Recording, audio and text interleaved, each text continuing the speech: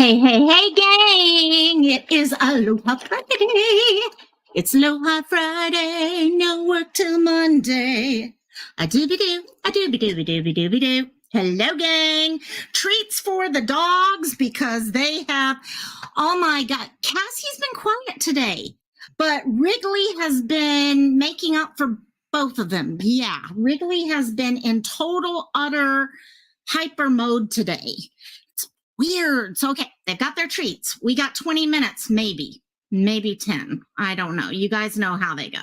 So, how are you doing? Sorry, I wasn't getting to hang out and chat as much. I've literally been talking with mom on stuff. I needed a third cup of coffee, big time, big time today. And yeah, it's been a day and a half. So, but I noticed people were going crazy in chat, and I was really feeling bad because I kept sitting down, then I get called away, and I'm like, no. So I am going to go through chat. Still got, okay, MX, you got lots to, okay, because you know what? You had me wanting to go in there reading every little bit, and usually I am. Usually I'm able to sit and chat and, okay, kind of watch what's going on in chat and talk to everyone and everything, and I could not do that today, and I was like, no. But MX, you were the first person in chat. You totally were. And it's a yin yang situation. Sometimes as the more you show your caring, compassionate nature. Yeah. People, you know what? I think that's why it's important for all of us to really look at all of these areas, things that might be us and things that may not be us, because we can then understand what other people are doing and also protect ourselves. Because you're right. The more you try to be nice to other people, sometimes the more that they think they can go after you, because they confuse being nice with being gullible or naive or things like that. No, you know what? We're just human. We're trying to be the person we're supposed to be. And so definitely, yeah, MX was saying definitely the right thing to walk away, but not before laying it on the line as to why. Yes. And we're going to talk about a couple things that I came across on how to deal with toxic people. And walking away was one. Laying it out definitely was one. So, and B10, hey, B10, yes. Yeah, this whole subject can open up a huge can of worms. I've talked about toxicity before. This time I wanted to talk about specific types of toxic people, because it's important for us to understand that part of it. But I did want to say one thing. Chris Stola and I were talking a few minutes ago, and the question came up, gosh, what if I'm going to see a lot of myself in there, things like that. And that's what I was thinking. You know what? We start seeing when you hear someone describing behaviors of people, we can all see bits and pieces. Every single one of us have bits and pieces of toxic behaviors in us, because none of us are perfect. Each of us have things about us that may not be the best for other people that we're around. The difference is someone who is toxic versus someone who's really trying to make a difference in their life. A toxic person is going to look at their behavior and see nothing wrong with their behavior. They're never going to want to change anything because they've done nothing wrong. They don't see it. Someone who is not toxic, on the other hand, might see things that we're going to talk about today and be like, oh boy, that's something that I tend to go down that road myself at times. Okay, now how can I pull myself back now? How can I learn from these behaviors so that I can continue becoming the person I'm supposed to be? And so good one. And yes, this stream can be for a lot of people. And MX said the callousness stems from a combination of fear, jealousy, and narcissism, is simply put. Just put enough time in the day to think of anyone else but themselves. And that's, yeah. Toxic people are very, very selfish. And very, very selfish. And do it, my dear. Love you, my dear.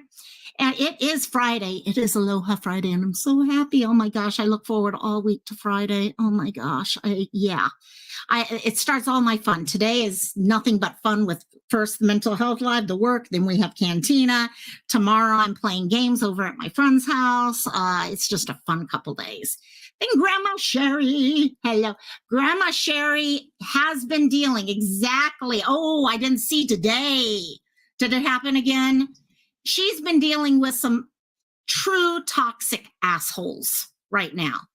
Okay, people who want the whole world to revolve around them. And I have to give you props, girl, the way you have handled yourself.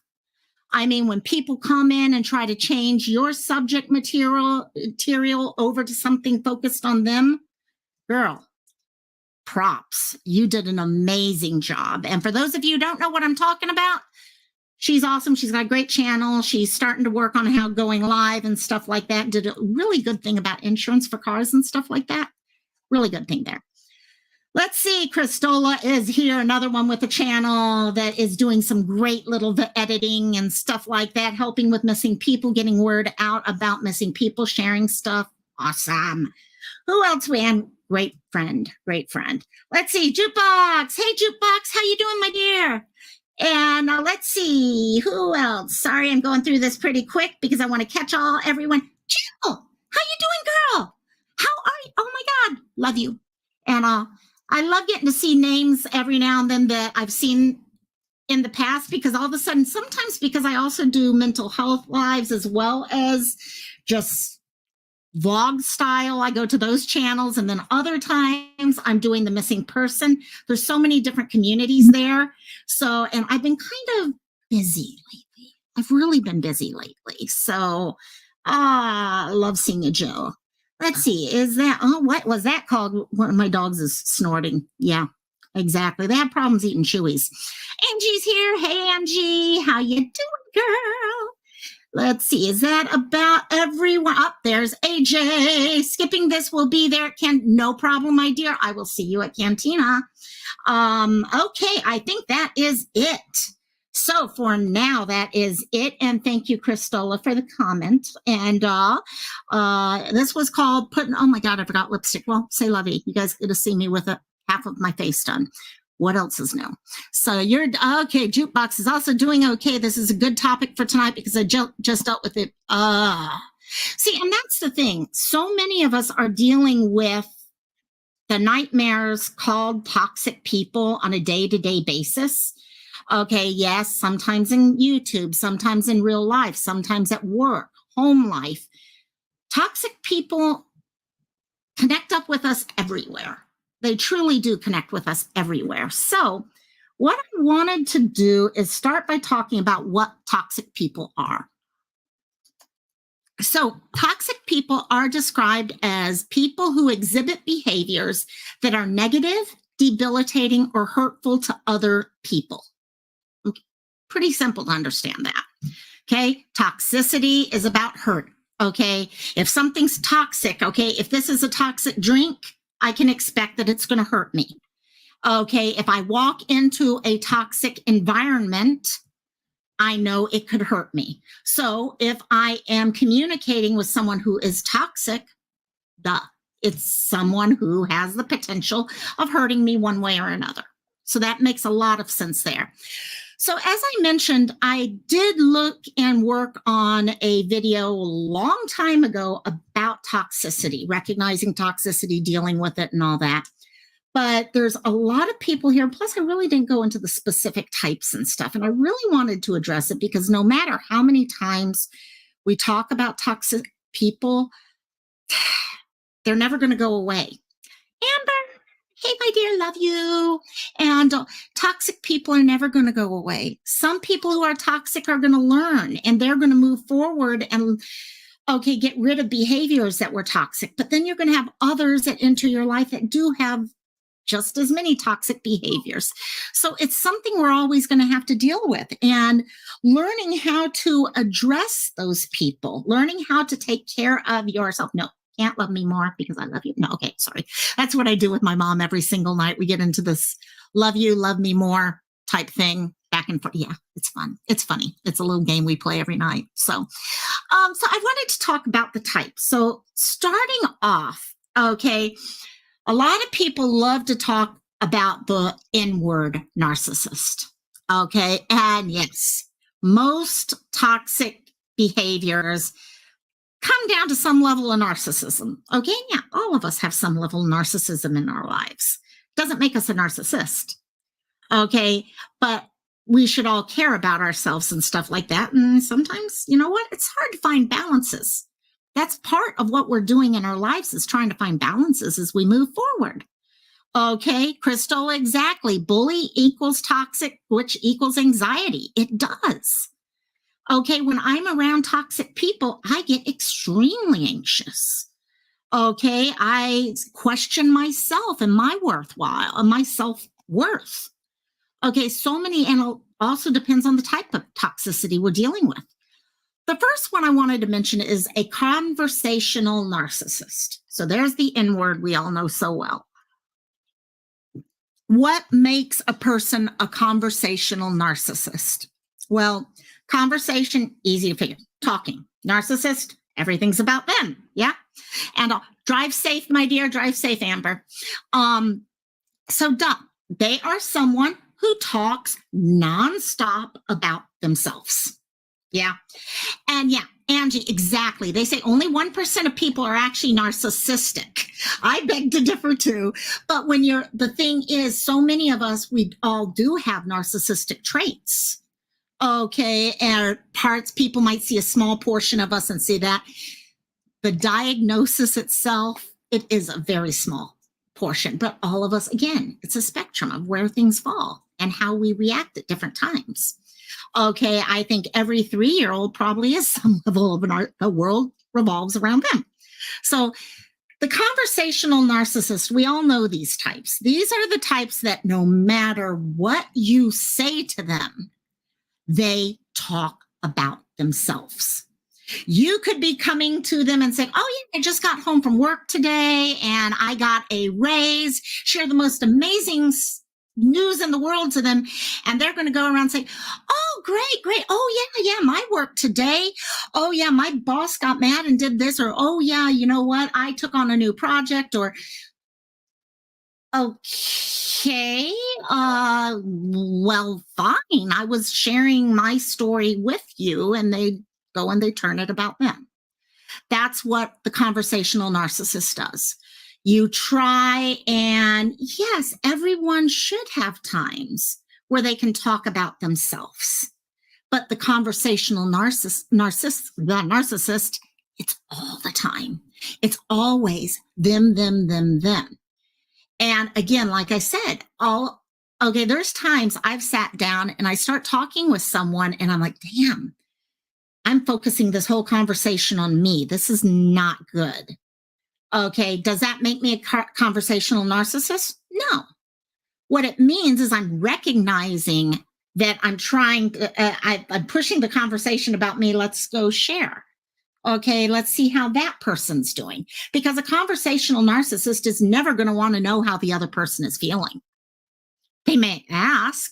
We've seen those type of people. Oh, how are you doing today? Oh, I'm doing great. Oh, that's great. Well, yeah, today I had this happen, and then this happened, and this happened. And there is that conversation. And what happens over time with a conversational narcissist, you start feeling like you don't matter. Okay. At first, you start realizing I don't matter to that person. But then over time, especially if that person is continued in your life and continues to say that, you start realizing you don't matter at any time. A child with conversational narcissist as a parent, okay, is growing up feeling like their thoughts don't matter. Okay, that nothing else matters because the other person, their life centers around them, not anyone else. Okay, the world revolves around the narcissist. Jukebox, the one I dealt with, not only did that, but when I finally got so discouraged, I stopped responding. They would send several depressive, guilt tripping. Yes, definitely. Hey, Jet's mom, how you doing, my dear? That one is, hey, Tim. Yeah, you get certain family members who are very much like that. And you know what? You can also have friends who can be like this at times too. Like I said, all of us might see little bits of ourselves in all these places, all these types of people. It's what we do with the information. Okay, someone who truly is toxic might be a conversational narcissist and not even notice that they're this way. Even if you point it out to them, they're not going to see it. They're going to think that you're being the narcissist and trying to make everything about you. Crystal, you have that problem. I just want to relate to the other person. Isn't real if the other person doesn't understand you're relating or trying to listen, help because they have been on the same page. Yes. And that is part of the thing. Sometimes we all try to help each other. And you get into, sometimes I'll start talking about something that happened to me. And I'm like, oh, wait, this isn't about me. It's about them. But then sometimes people get and understand what past was like, they can actually help themselves. So there's so many different sides to it. And that's why I don't want people thinking they are something here. But it's looking at how you can fit these different things into your life and become a better person. And if you have someone that falls into this area, you can realize, because if you have a conversational narcissist, like I said, and you go to them and say, you know what, I'm noticing every time we talk, you turn this discussion to you. And if they're responding back to you, oh, no, I never do that, or things like that. Okay, either you're reading this whole thing wrong, which most likely you're not. Okay, or this person just is not going to accept it for anything in the world. And you need to make decisions about that relationship for you. And I'm not saying you leave the relationship, or maybe you do. That's a question only you can answer. And we're going to talk about that type of thing later. Sorry, I got someone being very, very antsy all of a sudden. Okay, next type of person I wanted to mention is the controller. Okay, this is the person that has to control what everyone thinks, everyone says. They know what is right, what is wrong, and no one does. Okay, they are, hey, JP, and Red Rock. Hey, Red Rock. They are going to keep pushing their way of thinking on everyone else until that person accepts that as the truth. Okay, they will nag you. They will push things on you until you completely agree with them. They want to control. They want to control narratives. They want to control your beliefs on what's happened. Okay, you could tell them the sky is blue, and they're going to insist and keep nagging at you that the sky is purple. They're going to keep saying that no matter what. Okay, many of these people have an issue with control. Okay, and a lot of us, I like to be in control of things too. Okay, but I try not to do this type of thing because everyone has their own way of thinking and all that. But a controller, okay, wants to control everything. They are correct. If they have control over what a person thinks and all, okay, how they see the world, they have control over that person. And that's what they need. They need to have that control over you. They need to be able to steer you in the direction that they want you steered. Okay, accepting what it is they want you to accept. They, in the end, take away your freedom. You don't have freedom to feel the way you want. Okay, you sit there and you say to them, okay, someone starts a fight with you and all that, and you're like, I know I'm right in this, and it's hurting me, and I'm feeling smaller and smaller and smaller, and they are going to sit there and tell you, oh, come on, you're being freaking ridiculous. They're going to gaslight you. They're going to do anything possible so that they can pull your control away for themselves to grab onto. Okay. And MX, the only one you really can control is yourself also. And that's the problem. Many times these people may start off as someone who just need control. Something may have happened in their life or something like that. Hey, Ann. And thank you, Bob. Thank you, Burden of Proof. And Burden of Proof, I love you. I love you, my dear. Thanks, Intuitive. Welcome, my dear. And Burden of Proof's got an awesome channel too, by the way. And she's actually had to deal with a lot of this crap also. Okay. A lot of us have to deal with people who are trying to push things and try to say, oh, this is the right way to do it, or this is the right way to think about something. And hey, Nighthoven. Sorry, dogs are getting noisy again. Time to pull out a new treat. And yeah, they're trying to control me. But yeah, the controller pulls all of that control away from you, your freedom to feel however you feel. And we always say, you know what? The way another person feels about something may not make sense to us, but it doesn't mean that it's not the right way to feel. It's right for them. Hey, Burden, thank you so much, my dear. Love you. And so the controller, that's what they're there for. The controller is completely there to take control of your emotions, your mental health, your conversation, and steer it in the direction they want. The next type of toxic person I wanted to bring up, hello, Anne. By the way, I think I've said hi to a couple people twice. That's because I love you. And also the spiritual vampire. How many of you guys, put a one in chat if you guys know a spiritual vampire in your life? You know, that person who is going to walk into a room and suck every bit of positivity out of that room. Okay, if you think about those people. Okay, they go in and no matter what, you feel it. There's the ones, yep. You walk in a room and you can literally feel it when there's someone like that. It almost changes the atmosphere. Okay, they come in and again, it's a whole way of trying to change how they feel by changing how others feel. Hey, PJ, how you doing, my dear? And they go and they suck all that.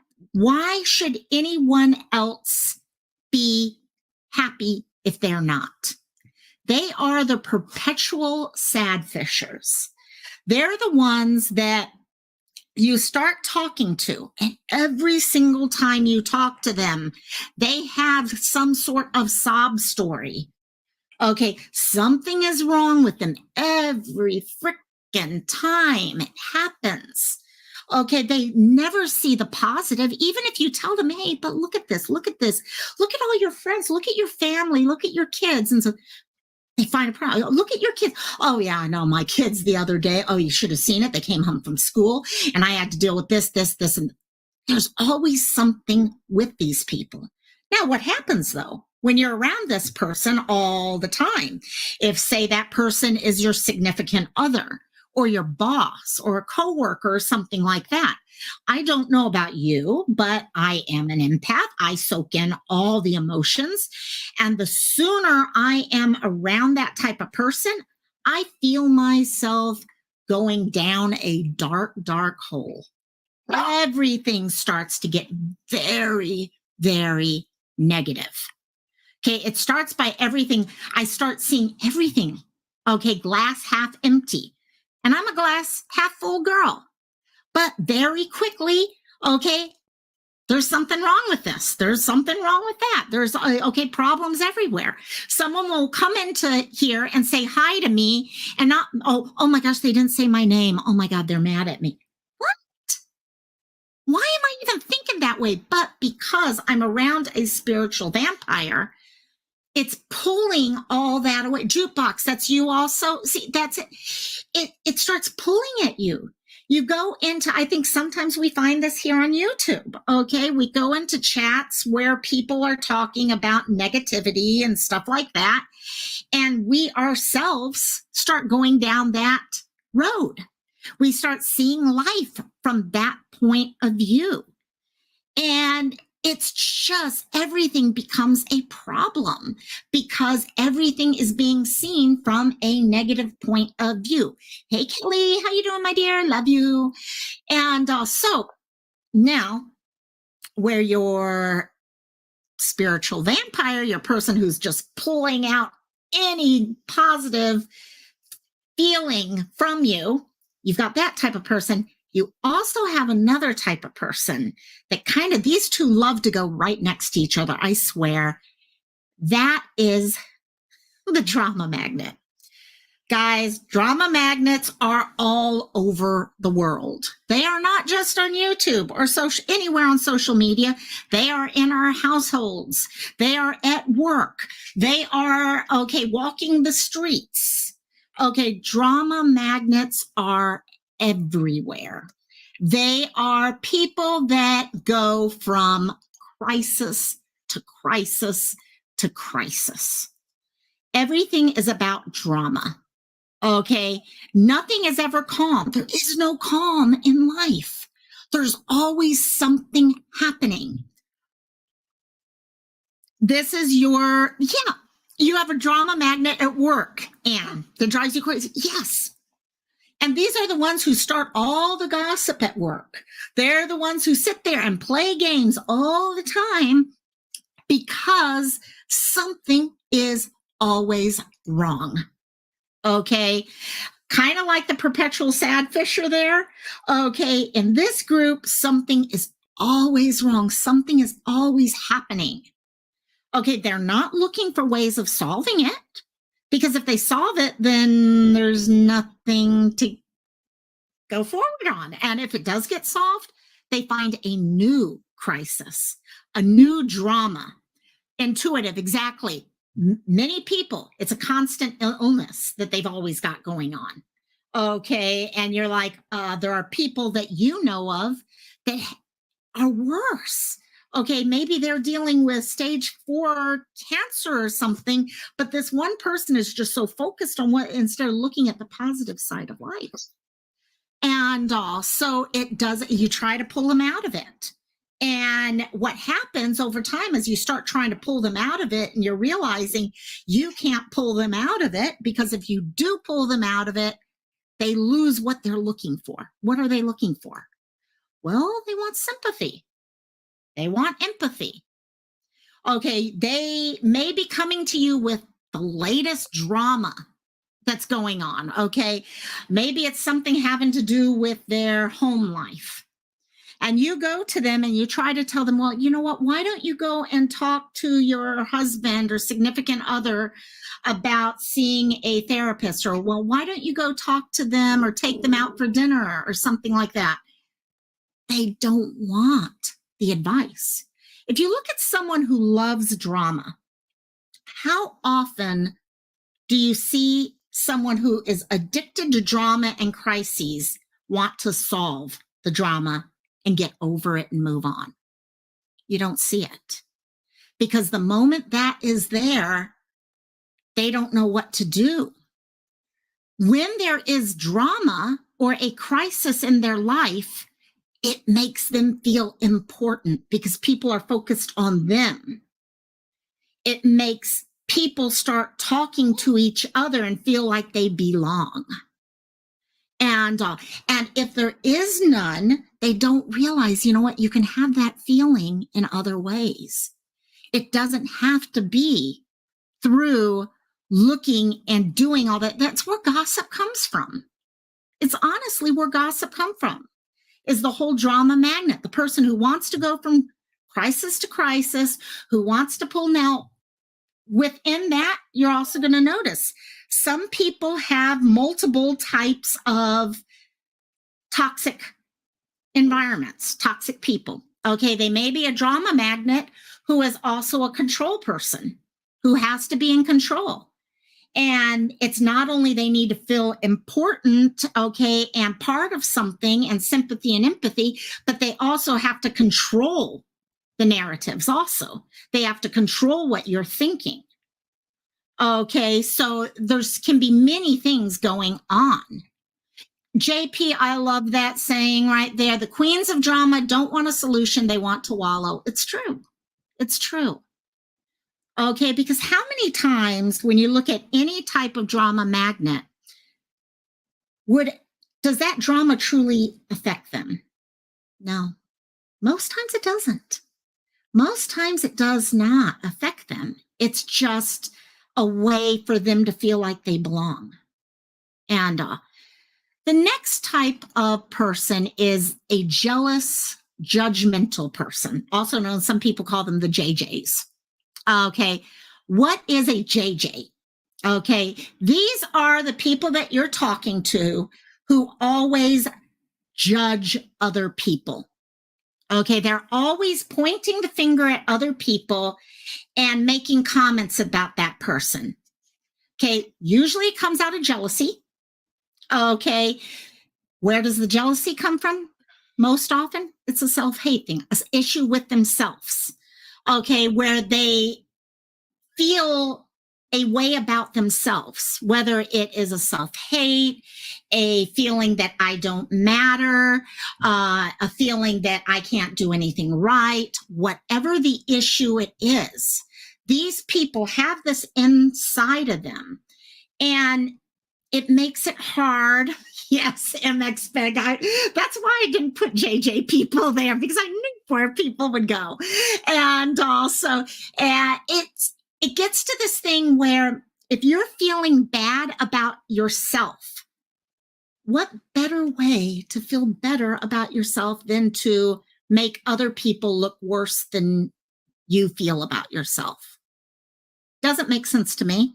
It really honestly doesn't, because that actually makes me feel worse about myself if I ever do something like that. But I know there are people out there who are on the other side. Okay, a jealous, judgmental person, the jealousy that they feel for other people comes out as judgment and criticism for other people. Okay, Christola, sorry, I'm here. You kicked yourself out. No problem, my dear. And yeah, intuitive. I know where you're on one of the earlier ones. And yeah, you're right. The complaining, illness, the crisis after crisis, things like that. So these people love to talk. They are the gossipers. Okay, your jealous, judgmental person, many times, more often than not, okay, they tend to, sorry, I'm not sure what's going on in chat here. Okay, they tend to gossip. They're always around gossiping with other people. Okay, they are the ones talking to us behind the scenes, okay, during lunch, okay, in the lunchroom, calling us up on the phone, talking about how so-and-so did this, or, oh, did you see so-and-so the other day when they came to work oh, you know what I heard? I heard that so-and-so's husband got mad at them the other day and they walked out on him and she had to go find some, or they're always going out judging other people. Oh, did you see what she was wearing the other day? Oh my God, I couldn't believe she would ever do something like that. Cackling Betties, exactly, JP, exactly. And they are the gossips. Now, what happens with this group, though, is the people who are maybe drama-based or wanting to belong based or things like that will connect with these people. And as you connect with them, hoping you are going to belong, hoping you are part of things. Okay. Okay, I'll take a look at it in a bit, my dear Christola. I'll keep an eye. As the people continue doing this and they're talking and they're listening in, maybe they want to be friends with the person because they've got that part that wants to help, whether it be a codependent side or the part that just truly wants to help someone else. And you're talking with them, you're trying to be with them, and they're saying all this stuff, and you try to say, oh, okay, yeah, well, I don't want to talk about it.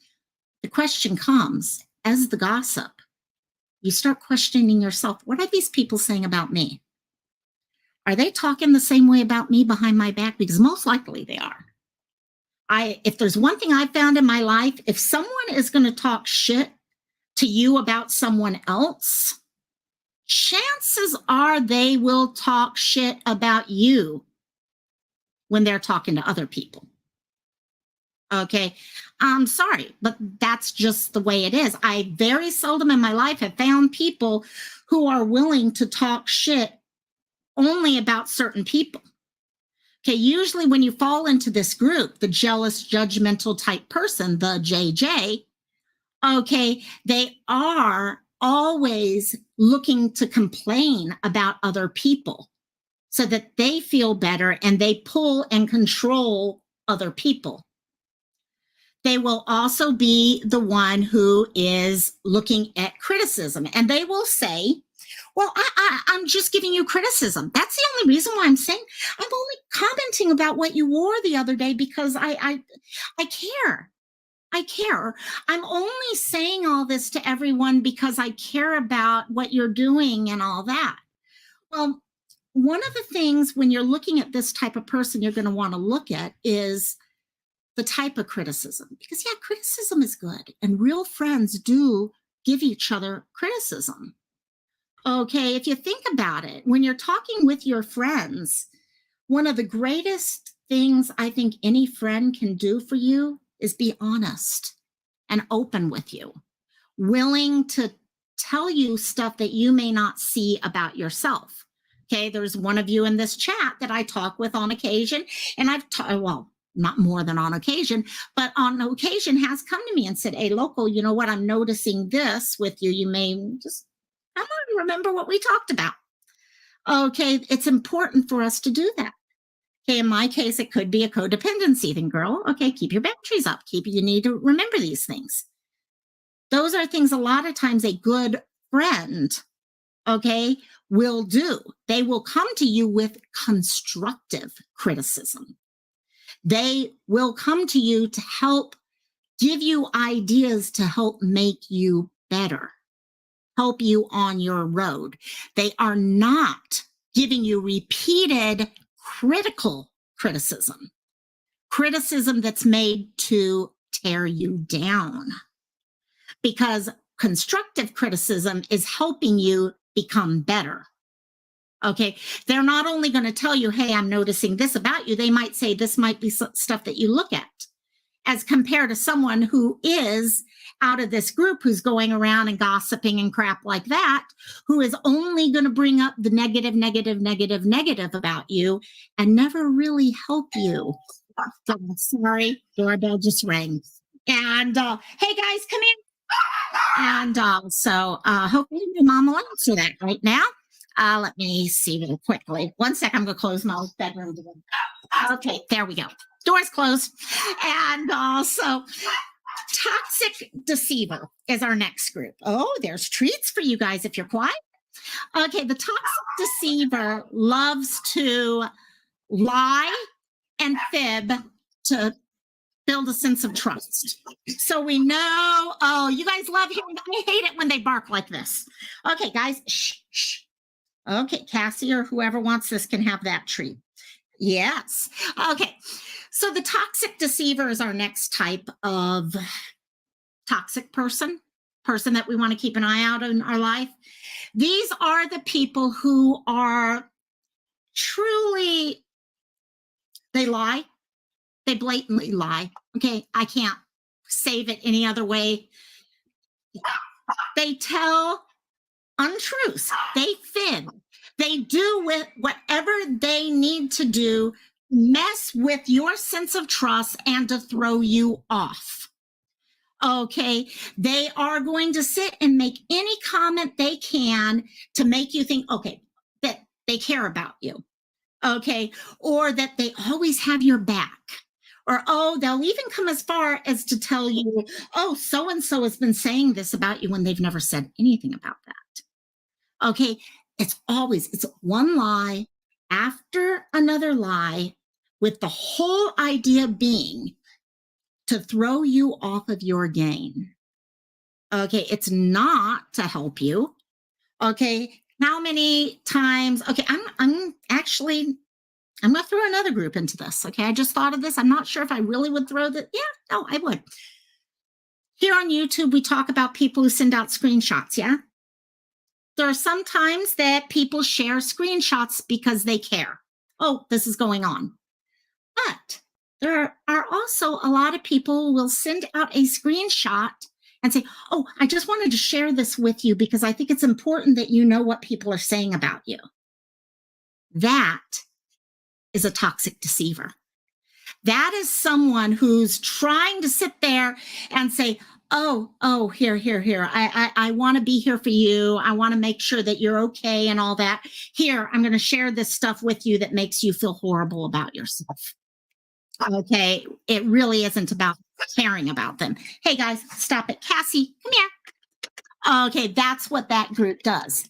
What happens over time when you're dealing with this type of person is you catch them in a lie. You catch them in 2 lies. You catch them in multiple lies. And over time, you start finding yourself not sure where you stand anymore.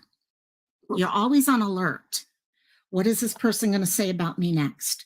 What are they going to try to do to me next? What are they going to try to make me think about next? Okay, you're always right on edge because you're waiting for it to happen again. And that's actually what happens with a lot of these toxic people. You're waiting because so many times toxicity is based off of the other person's need to feel differently about themselves or to control things, that they have to start fucking with your mind, making you wonder what's going on. The next type of person I wanted to mention is the tank. So what does a tank do? Okay, let's see here. The tank, think about a tank at war. Okay, when a tank knows what it needs to do, it plows ahead and it does whatever it needs to do to get to where it needs to go. It will roll right over people. It will make its own way and do whatever it has. It'll squish people if it has to get to the end point. That is what the tank does. Okay, they are just like that vehicle. They just mow over you. They will do whatever they need to with people to get to the point that they want to get to. They put themselves first. This is the type of person that does not care about other people. As you can see many times in true toxic people, they don't care about anyone else. Okay, their focus at that time is to put themselves first and make sure everyone else follows. And if they don't follow, they'll get rid of you one way or another.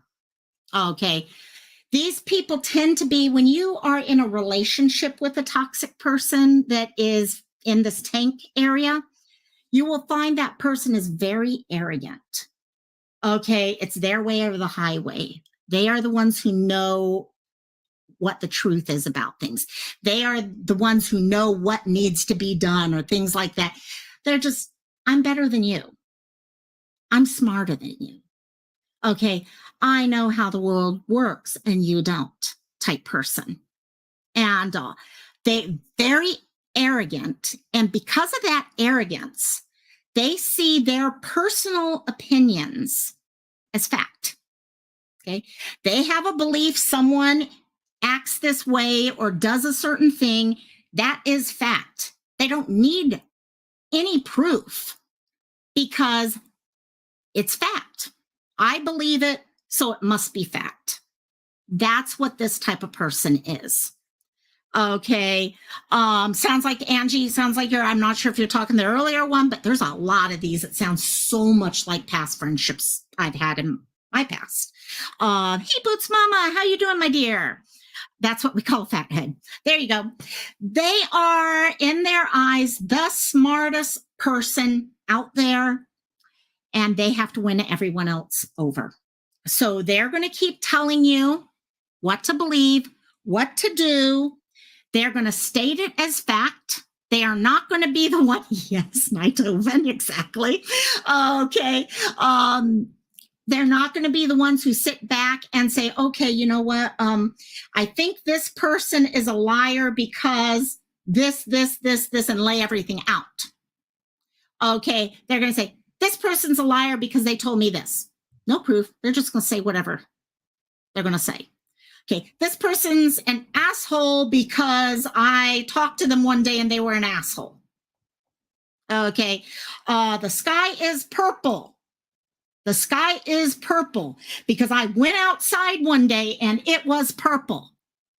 What they don't tell you is they were wearing purple tinted sunglasses at the time, but it was purple for them. So the sky was purple. And the next grouping is our user. This is one I've dealt with many times in my life. How many of you guys have heard, have dealt with brown nosers in your life? Users, people. I don't mean drug users or stuff. I mean people who use other people for whatever reason they want. I'm going to drink my vitamins first.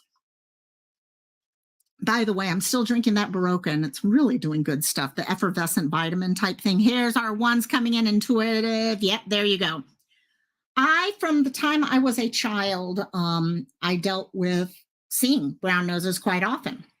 I came from a family where my dad was military, and he pretty much had high rank when I was born. So it kind of was around quite often. And you learn very quickly, to the point where kids were told by parents to make friends with you because of the connection. So you learn very quickly about brown nosers. What's a brown noser for those of you who don't know that word maybe? Okay, they are people who make friends with you for one reason only. Okay, they have ulterior motives. Okay, maybe it is because they want to become part of a certain clique. Maybe it's because they want to get special treatment. Maybe it is because they don't like a certain person. So they're going to go make friends with this group so that they get that group against them. Okay, back in school, how many people would see classmates making friends with other classmates just for help on homework? Okay. Oh, yeah, you're my friend now. Okay, you know what? Can you help me with this, or can you help me with that? They really didn't care about that person. It was just the reason why they wanted to be friends with. Ass faces. Yep, there you go. That's a great word for it. And so your users tend to do that. They're going to be the ones who, make friends with specific people to try to get to a certain end. And we see that, again, all over the place. Work, YouTube. I've seen it many times on YouTube. Okay, like I said, work. People become friends with you because it's like, oh, if I make friends with my boss, then I'll get a raise quicker than everyone else. Things on that level. And also, our next group, and one of the last groups, actually, the last group I wanted to talk about before we deal with how to deal with toxic people, is what I threw in last minute, because this is something I kind of came across this last group literally about 20 minutes before I went live. And I was like, wow, that actually does make sense. And those are people who make or set ultimatums. Okay. That's one thing I've had happen a couple times in my life, throughout my whole life. People will say, you know, those friends who something happens and they will say, you need to do this, and that's it. There is no other option. Okay, you will stop driving the bus to work and you will carpool with me if you're going to be a friend. Or if you have been a group of friends, okay, I play games with some of my friends on Saturdays. Okay, if one of us, in fact, we've had this happen, okay, where we've had people dating each other within our group. And all of a sudden people break up. And maybe one of them says, you know what? If you're going to be friends with that person anymore, then I can't be playing games with you guys anymore. Or stuff like that. People who set ultimatums. Now, ultimatums in general, and what's important to understand here is ultimatums are about control. Okay, they are about burden of proof. My ex used to say, you will do this or else. That's a great one. That's actually a very good explanation. It's truly about control. It can be about hurt. Okay, it's definitely about something that you as husband, wife, boyfriend, girlfriend, friends, whatever need to talk about. Definitely. And that's where a lot of this stuff goes. But ultimatums in general are about control.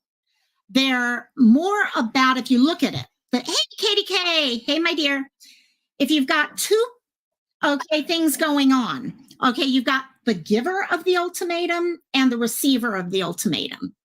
An ultimatum is about the giver's values, what the giver believes, not what the receiver feels. It's a one-sided thing. And many times ultimatums happen out of anger and stuff like that happens. I love you, little dog.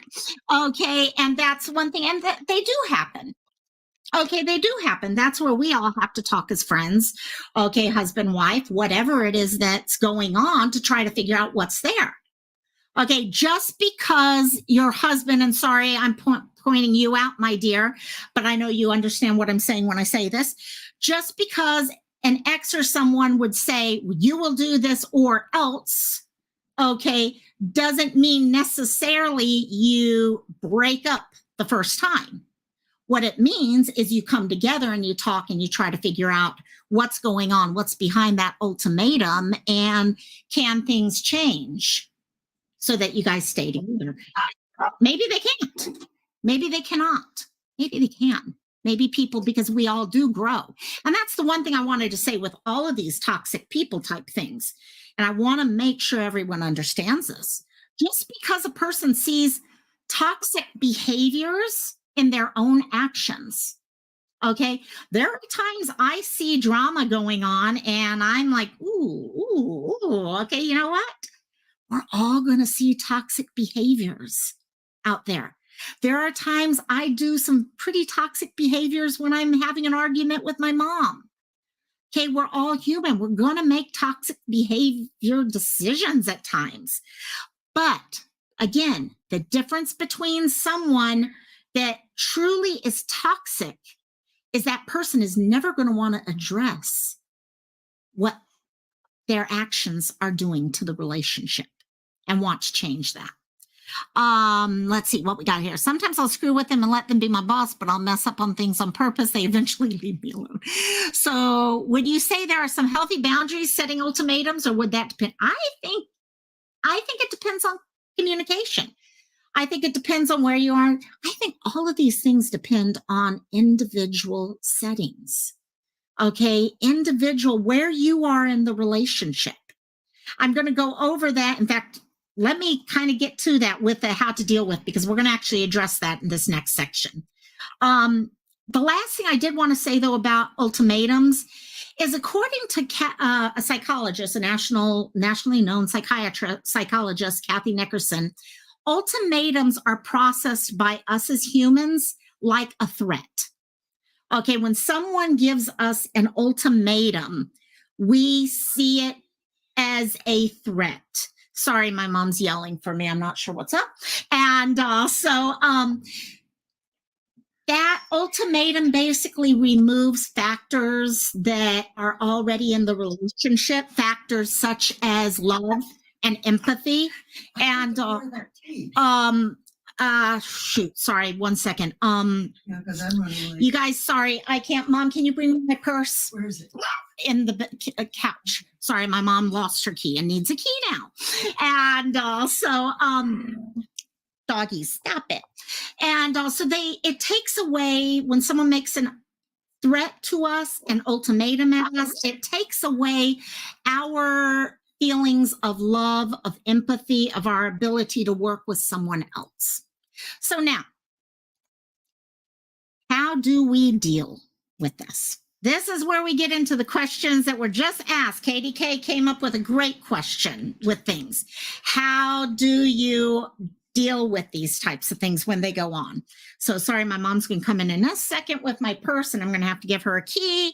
So let me see what I could do. So the first thing is, sorry, 1 second, Mom, is try to say no. Start practicing saying no. How do you go about saying no? Sorry, got to find the right key here. Here's the car key. Okay, bye, Mom. Love you. Bye. Okay, my brother and my mom are going out to dinner, but I'm going to hang out with you guys tonight. So, so one of the first things for any of us before we start, hey, Mama Loco, before we start figuring out how to address things and how we want to address things. T Decipher, hey, my dear. And sorry, they're all barking. Mom's turning off the alarm. They choose the most wonderful times to do things, don't they? And also, let's see, LFT. My life timing is the worst when it comes to lives. No problem, girl. Hey, that's like me and Robbie. Okay, I haven't been able to go to hardly any of his lives now because he's switched to a morning schedule, and I'm in Hawaii. I'm sleeping at that time, yay! And so the first thing before you could address anything with toxic behaviors and all is you're going to need boundaries at some point, right? One of the most important things you can learn for boundaries is how to say no. Okay. It's so much easier said than done. Okay. How many times have any of you, said no to someone and they work their way past that boundary and you're like, oh shit, now you've got to create a new boundary. Okay, so here you are saying no here, they walk right past that boundary, so you create a new boundary, then they walk past that boundary, then it's just this forever crossing the boundary. Learning to say no is number one. You've got to learn how to say no when the time comes. Not saying you're going to say no to all of these cases. Okay, but there are going to be some that you are going to have to. So some of the best ways to do that is practice. Practice saying no. Okay, I joked about this in the DV series that I did about the best way for leaving a domestic violence relationship is practicing what you're going to say over and over and over so it becomes natural. Okay, so work. How are you going to say it? Stand in front of a mirror and say it. Okay, if you got a pet, look at your pet and try to say it. Try to go through it multiple ways.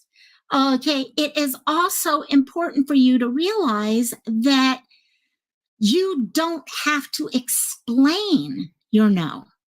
When you give someone a no, yes, some friends, and depending on the relationship you were in, it might be nice for you to explain why you're doing it. But in theory, before you're jumping to the level of no, you've already had the discussion about why. You've already told them if this type of behavior continues, I can't hang out with you anymore. You've been giving them warnings up to now. Okay, this is not something new to them.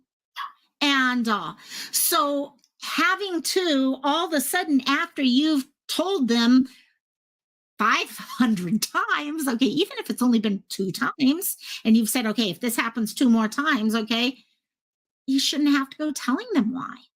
The why is your reason. It's for you to know. Okay, and it's hard. I know I've had friends that have started, have said, you know what, I need to go on. I'm in a different place in my life or whatever, and I want to know why. But hopefully we've had the discussions already. So I know, okay, yeah, this is what happened. This is what happened. And also, so practice the ways to have tons of ways to say no. Okay. Saying no isn't always just saying, sorry, goodbye. No, there can be other ways. So come up with a list of ways you can tell someone no.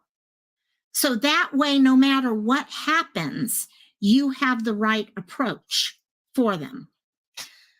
Next thing is ask yourself when you're dealing, okay, you've got someone who you know is toxic. Okay. Maybe they're a good friend though. Okay. Maybe it's your current significant other. Ask yourself, what is the cost for being in this friendship? Probably because that was one of my questions. Okay. When do you decide to leave a toxic relationship? The first thing you have to do is find out what is the cost of being in this relationship. If the cost is not worth it? Is it worth the price? If you are answering that question and you're having to say, well, the cost is anytime I'm around this person, I'm not going to be able to be myself. I'm just going to have to listen to what they say about me, and then I'll just kind of push it. Okay. That's not worth it. That is not worth it. Now, on the other hand, if the cost is, okay, myself and my friend have to work together to come out on the other end. My friend is willing to work on these issues. They're open to talking with me about these issues. They're willing to talking with a therapist, maybe. Okay, but they're open to it. And I think I can see progress happening. If that's the cost, it might be worth it. Okay, only you can answer that. Okay, all of us, like I said, all of us have moments of toxicity in us. And how often are those moments in your friendship?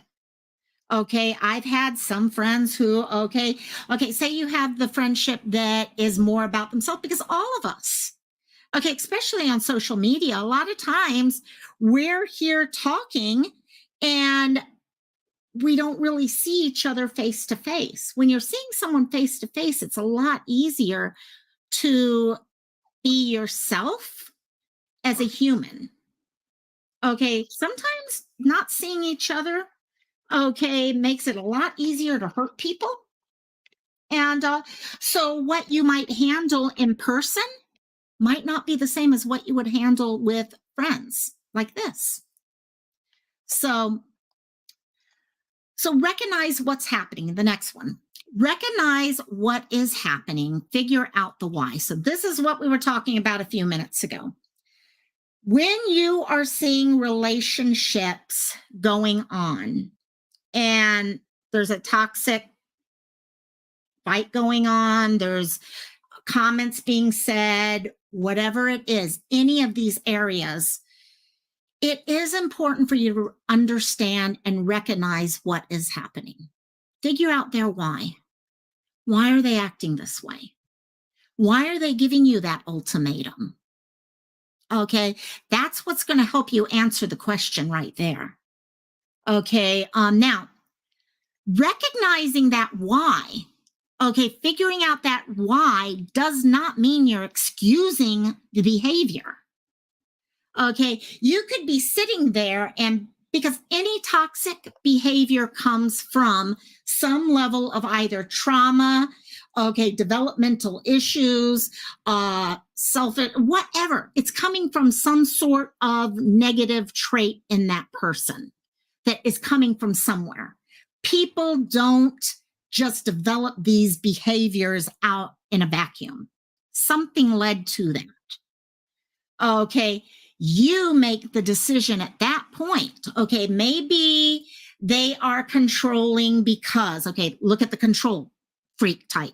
Okay, well, they are controlling, a toxic controller, because they grew up in an abusive household where their parents never gave them any control, and they felt like things were just, life happened however, and now they're looking for any way to control that they can. And the only way they can feel some level of control is by how they react with me or you or whatever. So you're figuring out the why there. Now, that is where you step back. And then you ask that next question about, now what is the cost? What is the cost? Is this person willing to change? Are they not? Because it's not acceptable. It does not give an excuse. Again, like I said last week, that excuse, hurt people. I'm not accepting that, because hurt people don't have to hurt people. You make that decision. Is it something that you're willing to work for that relationship, for that friendship, for whatever it is? So next, through that, as you're starting to do that, this is why they've done it. This is why they're behaving the way they do. This is how much it's costing me to stay in this friendship. Okay, I have to put boundaries in place. Now, what are those boundaries? They're going to depend on all those answers. Is it going to be no, no, no, I don't ever want to talk to you again type one? I need to separate myself completely? Or is it going to be the no, I am not going to talk to you if you're going to sit there and talk about other people? Or no, I am not going to sit here if you are going to criticize me over and over. Find what that boundary is and stand up for that boundary and let them know this is where I stand. Because that's the other side of boundaries. A lot of times people will say, oh, I have my boundaries, but they won't tell people what those boundaries are. Let the others know what those boundaries are so that they can. I've actually told people here on YouTube, I've actually said, I need you to let me know what your boundaries are because I want to respect those boundaries. If I don't know the boundaries, I can't respect them. So you've got that responsibility to help share that. So next thing, and kind of the last of it to pull together, is don't listen to the haters. When you're dealing with toxic behavior, you're dealing with a lot of hurtful comments. You're dealing with people who are criticizing you, making comments about you, finding faults in you, telling lies about you. And it becomes so easy for you to want to tell the truth because all of us, none of us want people to think lies about us are the truth. But then you got to look at the toxic behaviors. Are you going to get anywhere with it? And friends know the truth. People who care about you know the truth. And don't listen to the haters. Haters try to limit us. The whole job of a hater is to put limits on us, to limit our belief in ourselves. Hey, Aquarian baby, just saying I broke my foot in pain med, so a little, oh my God, girl, I hope your foot feels, oh, yikes. Pain meds might be nice on a Friday night, though. But no, I'm just playing with you. Oh, I hope you feel better soon, quick. Quick. I hope you feel better. So don't listen to the haters. It's hard. It's hard. I mean, all of us here, we want to be liked. It's only human for us to want to be liked. Okay. But haters, it's like trolls. Okay. You're never going to change them. You're never going to get a toxic drama troll to believe something that is the truth, because then go back to the whole idea of a drama troll or a drama toxic person. They need to have the drama going on. So why would they ever look at all this? Why would they ever come together and say, okay, yeah, no, this is ridiculous? Why would they ever move on? They're not gonna. So don't listen to them. Don't let them have control over you. Don't let them limit who you are, because you know what you have in you. Okay. Boy, mama. Thank you. Boy, just said, Locomai, this is my first live of yours, and you have a beautiful. Thank you, honey. Thank you. Thank you. Mahalo. Yeah, and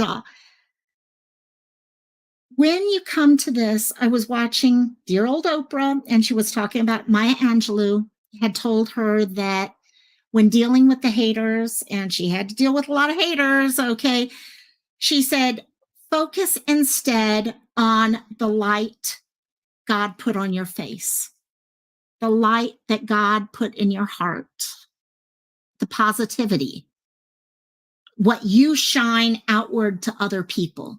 So when the haters come at you, focus instead on the light you put out, because that's what matters in the end. And when I heard that comment that she made, that she was told by Maya Angelou, anytime she has haters coming out after her, focus on the gifts she's been given, the love she has for other people, the light coming out of her heart. Okay, it's not, people can sit there and say it's all woozy type thing. No, no. It's people who care about other people. Okay, so remember that, because you were, whether you believe in any faith, religion, or anything else, okay, you were either made to be an amazing person with gifts that you've been asked to use, or you have gifts that you are able to take and share with other people. So fuck the haters. Excuse me, but I'm going to say it. I'm going to cuss. Fuck the haters. You know who you are. Just be who you are. When the toxic people come around, look at all those things. If the toxic person is a close friend, look at the whys. Look at what it's going to cost. Is it worth the cost? And if it is, you're going to be closer for it. If it isn't, you're taking care of yourself. And that's what's most important. So as we are finishing up, and I just looked over in chat, and I'm going to start really quickly getting really red and blush. Guys, I love you guys so much. I really love you guys. You guys are awesome. I just talk. I'm good at talking. I'm good at talking, gang. Sorry about that. And also, I love y'all. I love you guys tons. Let's go on to where we end every single Friday before we move on to Cantina in 50 minutes. What are your takeaways for today? Okay, I almost didn't do this because we did talk about toxicity before, but I know there's a lot of new people, and even people that have been here before, it's good reminders for all of us. So what are some of your takeaways today? For those of you who are watching this on replay and have gotten this far, first of all, I love you for getting this far. And I know there's a lot of you who can't watch me live because of the times I go live. And also, I really appreciate you, really. If you guys want to go into chat, into comments, and write down what your takeaway is from today. For those of you who are in chat right now, what are your takeaway? No, Crystal, your takeaway is not that you're obviously an asshole. And also, Cantina will be, while people are starting to type up their takeaways, Cantina will start at the top of the hour right here. It'll give me 45 minutes to be able to finish my vitamins, settle the dogs, do whatever I need to do, and then I will be posting it here, so you guys can come join us. For those of you who don't know what Cantina is, we do it on Fridays. It's about 2 hours usually, and it's just, dang, it's Aloha Friday. We've just finished a long week for many of us, okay? Some of us are still in the middle of our work week, but it's a place we can come, talk story, have fun, no drama. Everyone is invited, okay? As long as you're respectful to each other, you're invited. Okay, it's a place for all of us to come together and just hang out and be people, humans, that's all. So I hope to see y'all there. So we do have a couple people here. Kelly, don't get involved with toxic people is my takeaway. Yes. Don't let the turkeys get you down, MX Big. Yes, I like that one. I need to tell myself no more. JP, that's a good one. There's actually an awesome song from Six called No More. Oh my God, I love it. I love it. So I love that whole Broadway show. What can I say? See my above message, Boyd Mama. I am definitely, let me see if I can find Kelly, Boyd Mama. Live not, there we go. Live not life. Been a long, let me go. Oh, live. Girl, you guys are the best. You guys are really the best. And also 2 kids without a mom. Oh, wow. I'm sorry. I'm horrible at reading things. I find Zen to be good, then pin some good music, a nice starry night. Ooh, yes. And I'll try to find things. Okay. Anyhow, I love all you guys so much. I hope to see you guys around. Those of you who know, Monday, I will be back with Missing Mondays, where we bring to you guys a missing person, someone that no one knows about usually, or couple of us know about, but very few people. For those of you who were with us a couple days ago, someone sent me information. They saw a poster just out on a light pole, and we shared out information about them. And I contacted the phone number, the family on it, just to make sure it was okay and everything. And they found their daughter, and she's at home with them right now. So thank you all for that. So, Cristola, I just saw you say, let go. Love you guys. I will see you guys in 45 minutes. Aloha, mahalo. I'm going to go shut the dogs up right now because I don't know what they're going off. Yeah, you want treat. You want, okay. You want to say bye. Say bye to everyone. Say, I'm a noisy dog. Yes. Okay. See you guys later. Bye-bye. Aloha later. Mahalo, gang. Bye. Are you going?